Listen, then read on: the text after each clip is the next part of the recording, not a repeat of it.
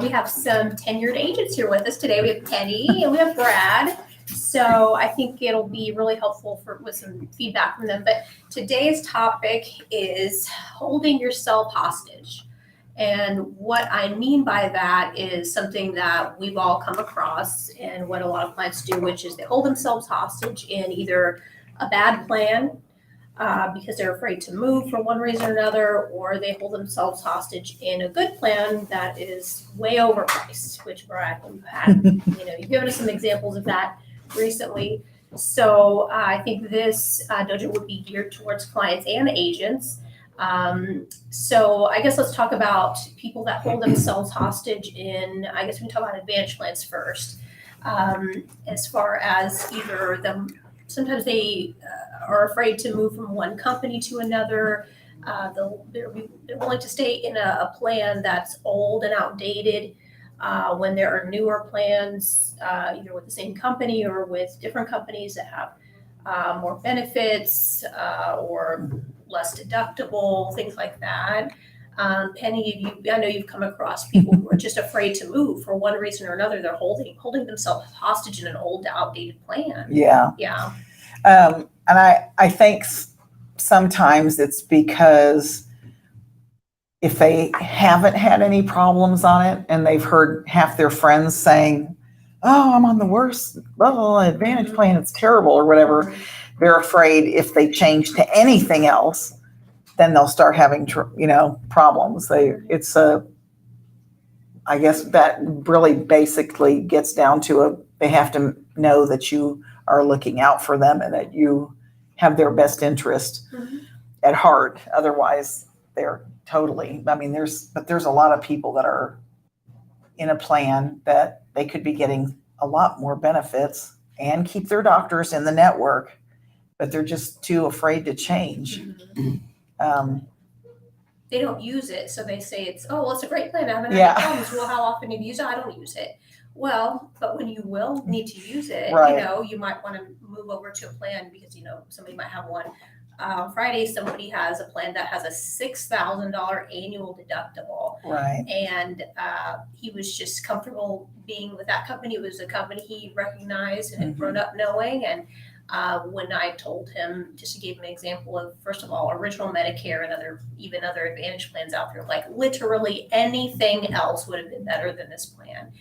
And once I gave him some information, he was hesitant at first, but he started to see the light. And that's good. I think he was just kind of holding himself hostage in this plan because it was with a company he recognized. And, he just assumed that they were going to have the best thing. And it was hard for him to believe that they didn't. I've had some luck with the people who are really afraid like that in moving them to a different plan in the same company name. Sometimes, if they are not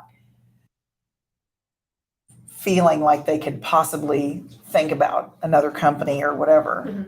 Sometimes it's a company they know already. And so sometimes I've had luck helping them move to a better plan within the company they're familiar with as well on some of those ones that are really tough. Yeah, that's an option for sure. Yeah. And Brad, you had this specific example for us a week or two ago where someone was holding themselves hostage with a particular insurance company this is on the supplement side. And they just, no matter what you told them, they just they didn't want to hear you out. So expand on that a little bit. Yeah, well, generally when you're dealing with people in their 80s, they don't want to change anything. That's like, and there's a fear factor there. If something has worked all along, they don't want to change it. They don't want to be stressed out. They don't want to have to worry about things. But even though I could save them a lot of money, they wanted to stay with Mutual of Omaha. And, I laid out all the facts. And I thought I had them because her height weight was way out of line. And she got a big, 20% rate up with Mutual. Wow. So I'm like, okay, Aetna's looking real good now, and could have saved them a lot of money, but they still wanted to stay with Mutual. And so you can lead a horse to water type thing, but what causes that? Part of it I think is fear, and the other part of it is trust factor. you know, if this is the first time that you've spoken to them with all the other stupid stuff out there in the world, they're very skeptical. Is this agent I have on the phone really know what they're talking about? Mm-hmm. You know, if I sign up, am I then, you know, basically screwed, you know? Mm-hmm. And so there's a lot of fear factor. But one thing with Medicare supplements, I mean, you know, we have our prepared statement. They are standardized. So once you get them to understand that there's absolutely no difference in coverage or service whatsoever. Right. It's just a lower premium. And then, of course, you still have to qualify. Right. It's no guarantee. You know, if it doesn't work, you stay with what you have. No harm, no foul. But you get into, you know, 80s and 90s, I mean, it's very difficult. And in that example, were those your clients originally, or did they come from somewhere else? No. Yeah. You know, they were our clients. They weren't my clients. Mhm. And, you know, of course, you know, I didn't make any money on that because it's mutual to mutual. I'm not the original agent. And I let them know that, you know, and they, you know, they were like, oh, wow, you know, and they, you know, shot me some referrals, you know, in that case, but which is fine. But, you know, a lot of people are still really healthy at that age. And there's no reason when you're that healthy, you qualify for all the best plans and rates that are out there. There's no reason to stay with what you have. Right. And some people feel guilty because they've had big surgeries. They've cost the insurance company a lot of money. And it's like, you know what? I mean, that cost them like $1 million. I kind of feel like I should stay with them. Mhm. You know, you'll hear that too, which is fine. You know, we just want people to feel comfortable and know that they're in the best spot. But we do have to establish ourselves as an authority that knows how these things work. Yeah. Right. And this is all we do, you know, and you have to get to that point. But when you're dealing with somebody new or orphan client that we haven't talked to in a long time, it's very difficult to reestablish that trust and get that going. Yeah. Well, it doesn't surprise me that that wasn't your original client, because I know you're so great at educating people. And that's kind of, that's why I love to get clients who are brand new to Medicare, just turning 65, because I get to, first of all, teach them about the wide world of Medicare, but then also I get to kind of set them up for the future of knowing, hey, look, this is the best company, not right now that we're going to place you with for supplemental, but there's no loyalty there as far as I'm concerned, or as far as you should be concerned either. Neither does the insurance company have loyalty to you. They are paying because they have to. They don't get a choice in the matter. And I say that very clearly. Medicare is the decider here. Right. As W would say. I go over that too. They're the decision maker here, right? These insurance companies go into the supplemental business knowing that that's the deal. Also to speak to, you know, people, I've had that happen before where people will say, oh gosh, they paid hundreds of thousands of dollars for my medical bills and I feel guilty for staying with them. So they hold themselves hostage in that way out of guilt. And, you know, I tell people, look, insurance, as far as it's a gamble. It's a gamble. It's a control, you know, it's a risk management business. They try to manage the risk as best as possible. Can never be eliminated. These insurance companies know that it's very possible that they would pay out big claims. They're banking on that they're not going to. But if they gamble and they lose, well, you know, that doesn't mean you're stuck overpaying because of their loss on that end of it. You know, it's all business when it comes to that. Because guess what? If you were super healthy all of your life, and they never had to pay out a single claim, they wouldn't feel bad for you and give you some money back, right? It's like to say, oh, you know, it's a great client, been so healthy, let's give her a little credit back, or let's, you know, cut the rate out. They wouldn't do that to you. Right. So you just have to say, look, you have to kind of tell the clients, look, you have to look out for you and say, you know what, if it's just, you know, if they really cared that much and it was really a personal thing, then, you know, they wouldn't have increased the rates like they did. They would keep them low and competitive so that you could stay with them. But obviously it's all business, and you have to look at it that way too, that it's business. Ultimately it's your money. I tell people, you know, these insurance companies, they don't need your money, but they'll take it gladly. And I'd rather that money be in your pocket than theirs. I think, because you worked hard for it. You could put it to something better than, better use than the insurance companies. So just do what you have to do. Yeah. And like I said, so that's one reason why I like to catch people right when they're turning 65, because I can warn them of that and set them up for success.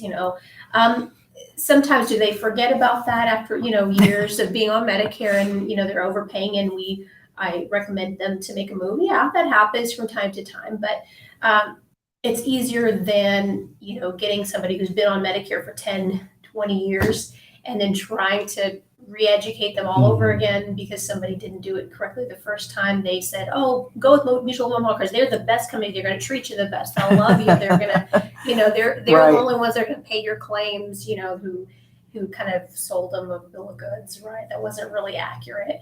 And so to try to unteach that and convince them otherwise, it can be a challenge because, again, they will hold themselves hostage with a company because, a number of different reasons. And Brad, how do you approach that?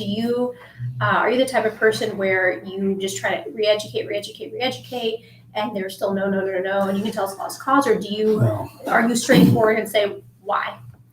How do you approach it? How did you approach that particular situation? Well, in a lot of cases, in this day and age, it's always, they're trying to sell me something.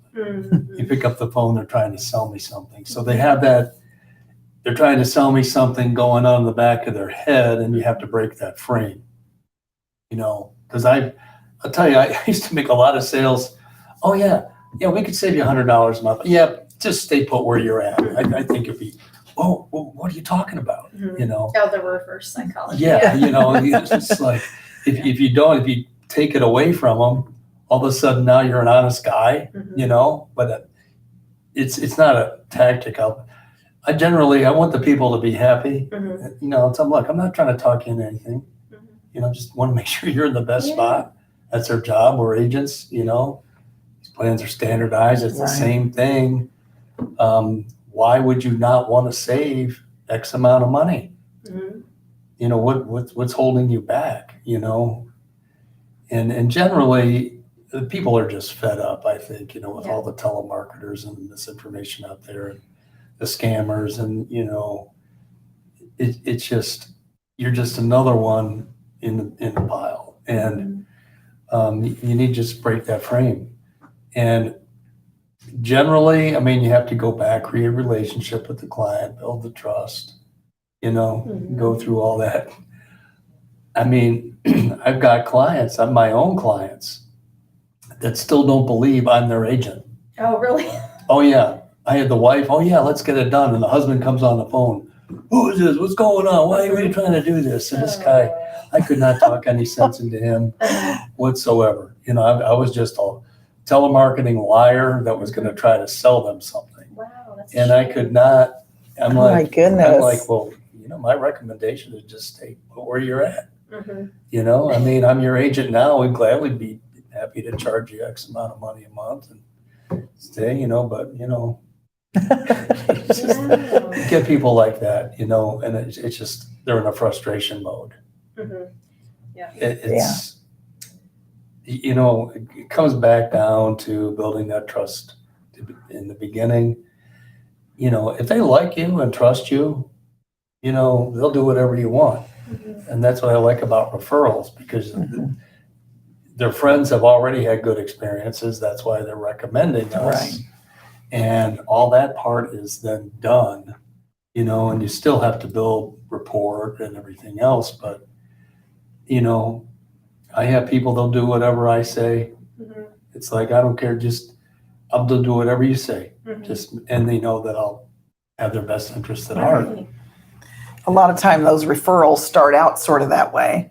Like you said, you still have to build that rapport and everything, but they start out with already such a positive outlook on you that it does make it a little bit easier.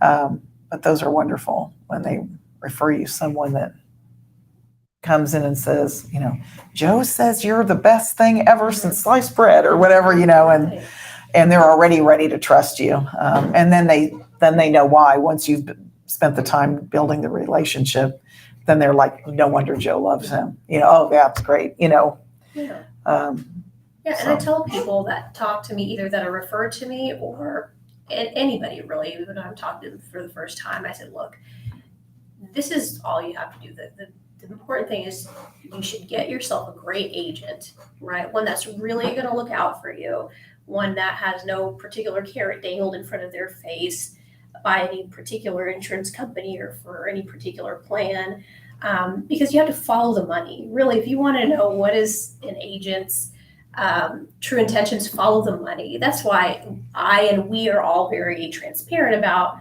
how we get paid. If that question is asked, I'm happy to go in depth about how I get paid and why and what, and even if they don't ask, I still bring it up because I want people to know. I think it's important. And then I tell people, look, get yourself a good agent that you trust, that has nothing to gain one way or the other by putting you with someone or moving you or what have you, and trust in them, right? That's the hardest part, though, finding an agent that's worthy of that trust.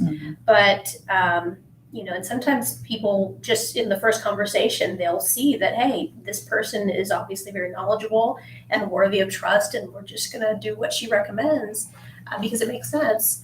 I have clients that it's taken them a couple of years or a couple of rounds of calls that, yeah, they've gone with me, but I can tell it's taken a couple of years for them to actually want to trust just because of all the mess that's out there, Right. But eventually they do, and I just have some who they just never will. It's always a fight, a battle, because sometimes it's a little bit of a battle with these people, because I would do the same thing if they were my family members. If my own mom, if she pushed back on me on, well, why this, or I don't know, I would be like, hey, come on now.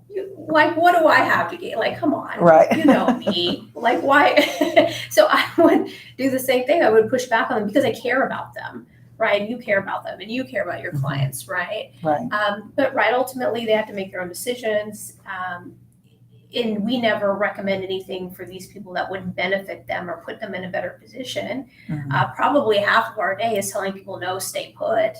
But that's fine, because, when you do the right thing, the money will come, which is what I tell my clients. And it's true. It's true. So it just makes our job easier when they will just put their trust in us, whether it be to stay put or whether it be to make a move. Because I've had a conversation on Thursday trying to convince somebody not to make a move from a plan that another agent put them in. I did that last week too. Yeah, because didn't you say, cancer runs in your family? Well, MD Anderson will very well charge you excess charges on a plan. Right. And that's hard to find anywhere on the Medicare.gov site. And I bet the majority of agents don't know what an excess charge is, nor would they mention it. It's usually glossed over. But it's important. You should know about it. And that was enough to convince him. But yeah, it's sometimes it's hard to get these people to stop holding themselves hostage, because it's a lot of times it's them for whatever reason that they're holding themselves hostage. Sometimes it's been another agent that's held them hostage, right? That's given them a bunch of misinformation, like, for example, saying one particular company, oh, they're the best ones. They're the ones that they're going to pay the claims, and that everybody else sucks. They're going to fight about, Right. which is not true. Right, it's not true. It's not true. So they're letting that agent's incorrect information hold them hostage, or they're letting their friends hold them hostage, because I've had many a client say, oh, all my girlfriends have AARP and we go to the gym together, and that's the only one we get. And I'm like, oh gosh, your girlfriends don't know jack. Seriously, they're all overpaying. Like, well, I guess you may as well just want to believe that that's the best thing. So they're letting their girlfriend group hold them hostage. Instead of insurance agent who knows what they're talking about. Yeah, I think it comes down to, who do you have allegiance with? Really? Is it the insurance company? Is it your agent? Is it your friends that you want to, save face with? That's the type of thing you just need to ferret out. And it's human nature. I get people coming by all the time. We have this home defense or whatever. I don't really get involved with it, but they plug this thing into the house and it does the bug spray. Okay. And we get people all the time trying to switch. It's like, why? I'm happy with this thing, and they have their own system, and I don't want to switch. It's just like cable companies. You have to have a reason to switch. Mhm. You know, you have to be angry enough or just, you know, just disappointed, or you've tried to call them and it's like, I don't want to deal with Cigna ever again. You know, you get that and, you know, what do you got for me here? You know, and it's, you know, but if they're comfortable and they like what they have, it's just like people go to the same car dealer, you know, until Right. something happens and then they have to switch. Even though they're overcharged every time. Yeah. You know, Right. there's a reason, there's certain things, you know, why do you have that plan? You know, what do you like about it? What don't you like about it? Right. You know, what would you like to see different? You know, Mhm. it's a Q&A thing a little bit sometimes, you know, but psychology, you know, why people do certain things, you have to have a lot of empathy, you know, got to For put sure. yourself in their shoes and kind of think the way they would in their situation. But yeah, like the AARP, the gym membership stuff, especially with Advantage plans, that's a big deal. Yeah. It's like, well, I got a gym. Do you go to the gym? Well, no, I don't go to Right. the gym. Oh, God, yes. Right. They join the gym and right away they're going to start getting in shape. But Right. it catches you have to go there and work out. Yeah. Yeah. You know? Right. But no, yeah, exactly. You're right. And, you know, if people have certain reasons why they don't want to change, you know, I tell people ultimately it's your insurance. And if I've given you the facts and I've asked you all the questions and shown you the prices and why it makes a difference or why it makes sense to make a move, and you still, for whatever reason, just have decided, you know, I close people at least 3 times when I feel very strongly about them making a move that it will improve their situation or keep more money in their pocket for the same thing. So I'll push at least 3 times, and after that, it's like, you know, I'm going to accept your answer that, you know, you want to stay put for whatever reason you've decided, or I'm going to let you go, and then hopefully it will kind of let it marinate a little bit and maybe realize what I'm saying or not. You know, that's fine. So, and some hostages you cannot save some, and that's okay. Not all hostages can be saved. Right. But all we can do is just keep doing what we're doing and give all the facts, educate as properly as we can, do things like what you said, which is ask the questions like, why? Why do you want to stay with this plan? Or why do you want to move? Or why are you okay with paying $40 more per month with a company that's selling the same exact thing with another one who's way cheaper, and then we'll lock your rate and protect you? Why are you okay with mid-year premium increases that you've been getting? If you didn't want to make a change, or why did you call? You must be curious why, you know. Right. So to try to get these hostages, so to speak, to, you know, for things to click in their own head, right? They're So they can move. exactly. When you ask those straightforward questions, sometimes you're breaking down their own weird logic of whatever, and will start realizing, oh, you know what? Actually, I'm building the case against my own self, you know. And what is it called? And I meant to look up the term. I can't remember now. It leaves me when a hostage. I was going to bring up, Yes. I'm trying to think of the name of Okay, that I'm gonna study Google it. where the hostages fall in love with their captors. Oh, right. Yeah, let's Yeah, see there's here. a- Penny, do you know? We talked Yeah. about that. I do. Yeah.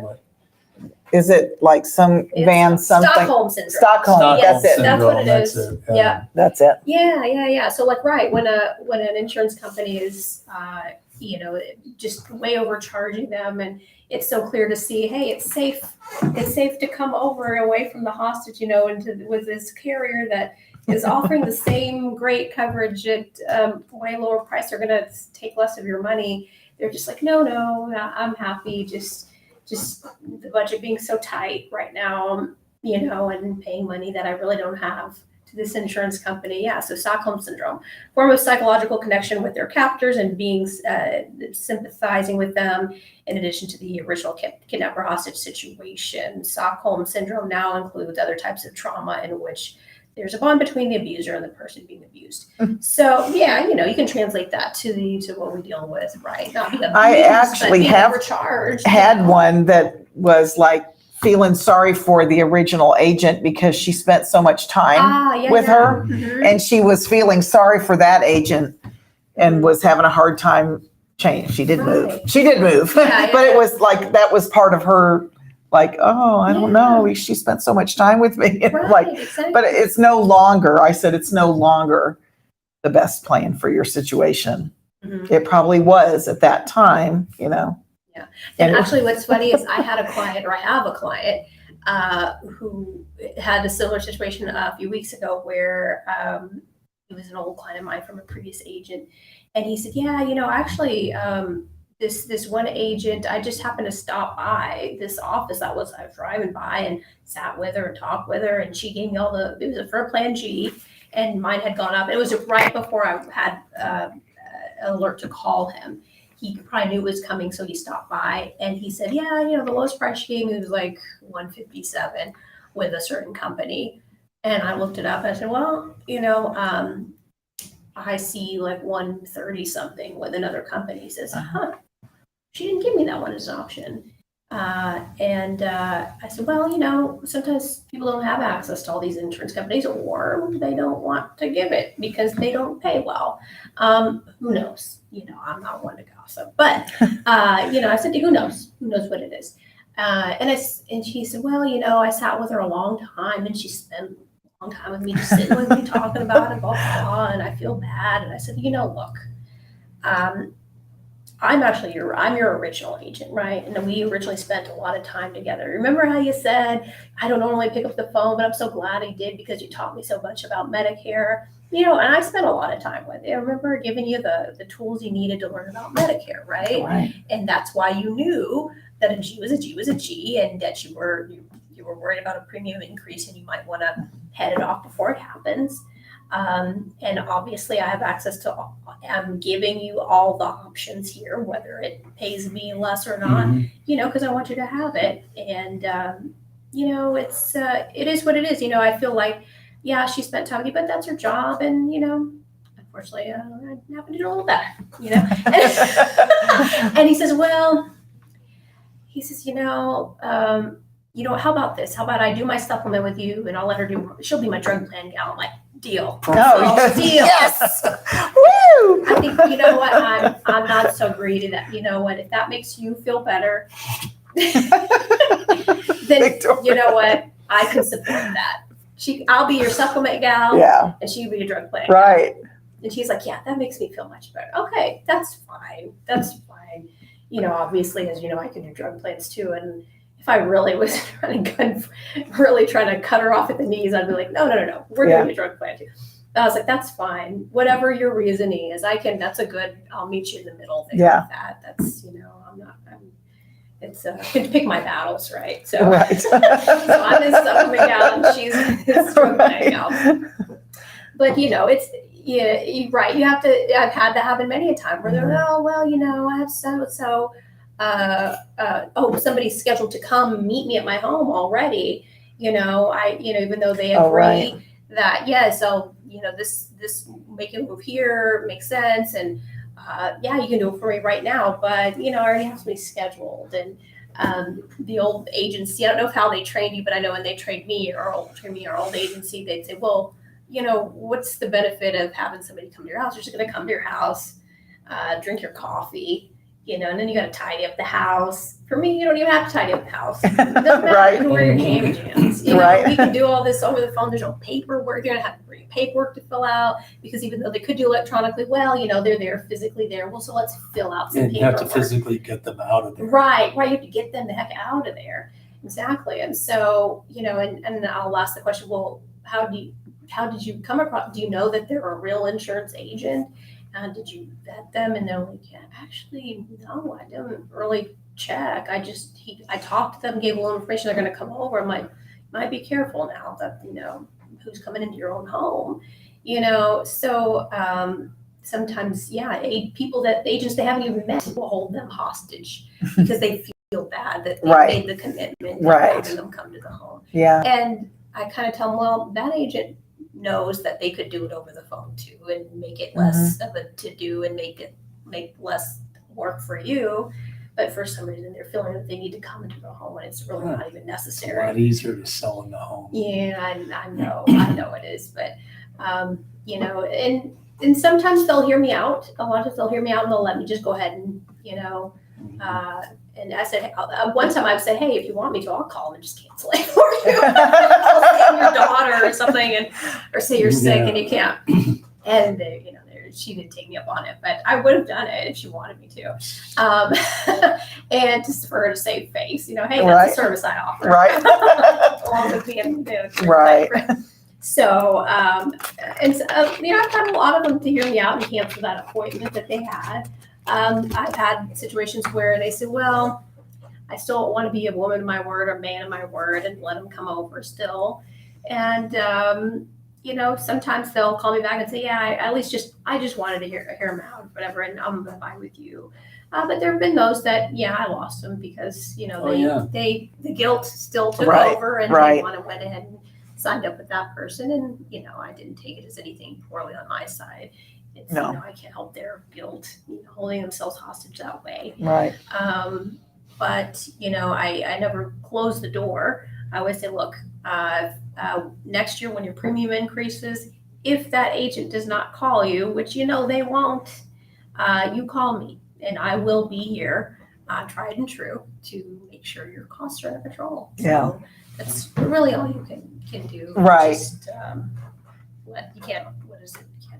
you can lead a horse to water, but you can't make it drink. Mm-hmm. So, those are some things I think people don't realize, that actually we are hostage negotiators in a sense, along with being wonderful educators. We're so many things before salespeople, right? Hostage negotiators, teachers, educators, family almost. Sometimes people consider us to be family, that we care for them and spend our time and energy on them, and happily so. So many other things. Sometimes we are counselors. Mm-hmm. I've Definitely. had a weird situations where a husband and wife were on the phone, and I could tell there was some tension between them, and I'm just trying to make sure everybody get along. Look, this is for you guys because you care about each other. We're gonna, this. There's so many things other than just salespeople. Right. Obviously, we can sell you something if you need it. But anyhow, so that I feel like that's a good place to close at today. So if you feel that, if you're an agent that feels that they would like to help be a hostage negotiator with us, with our agency of Medicare Gurus, give us a call. And Stephen, Rip, and Mason, and them in the recruiting will be happy to bring you on, tell you what it takes to come on board with us. If you're a client or potential client, and if you have heard this and it sounds familiar, like maybe you are thinking, hey, am I holding myself hostage in a bad plan or a good plan that's overpriced? Give us a call. We'll shoot you straight, and tell you. I tell people, look, if you're in the best place, I'm happy to tell you. I'll be the first one to tell you, congratulate you. And if you're not, we're going to show you the better way. So, but call us 844-694-8787. And any of our agents can help. But anyhow, this has been today's Dojo with Victoria Lewis. And say hi to your mom for me. That's the tagline, right? I know. You have to put that in that. That's your